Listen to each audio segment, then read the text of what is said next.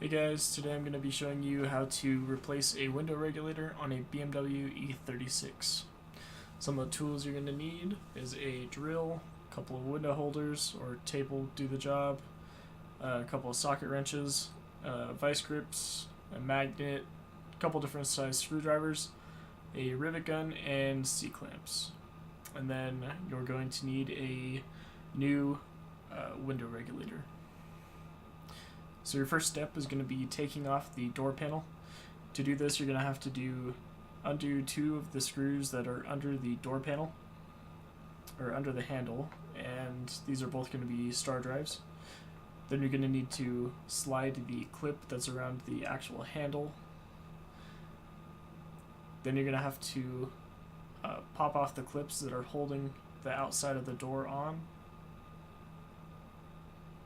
and then unscrew the cap that's on the door lock. And then last thing is to undo the two wires that are plugged into the speakers for the door. Step 2 is going to be taking off the foam that's around the door panel. Step 3 is going to be separating the window from the actual regulator. And to do this, you're going to have to use a buddy and have them roll the window about halfway down, and then pop out the two ball joints that are holding the window in. After that's done, have them hold up the window, and then put your window holders on, or tape, it's just as good. After that's done, you're going to want to start taking off the door handle.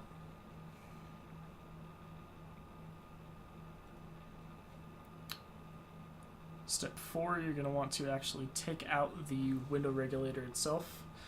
The whole assembly comes out with the motor and the regulator. So for this I had 4 bolts in here because I had already taken this off before and it broke again. So from factory it's going to have rivets on it, but I use bolts to put it back in because I didn't have a rivet gun at the time.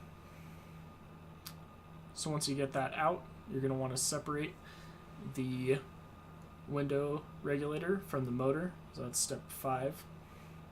And this is just going to be 3 bolts that are also going to be a star drive. And this motor should just pop right off of the old regulator. Now that you get your new window regulator, just set it on your motor and then put those same 3 screws back in.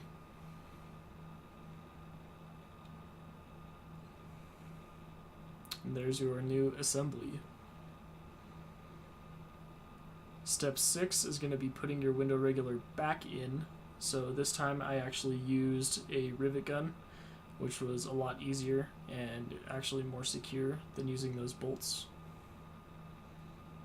Step 7 is going to be putting your window back down and lining it up with those ball joints that you popped it out of earlier. Step 8 is going to be realigning those ball joints and popping them in, and then putting the clips back in. So putting these new joints in is a bit hard, so use your C-clamps and vice grips to help you do this.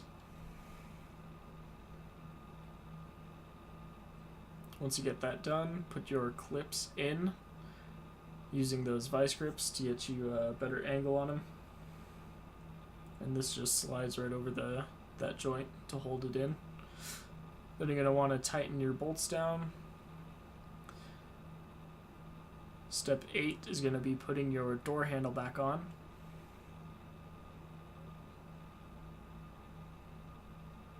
Step 9 is going to be putting the insulation for the door back on. Make sure you pull those wires back through for the door panel.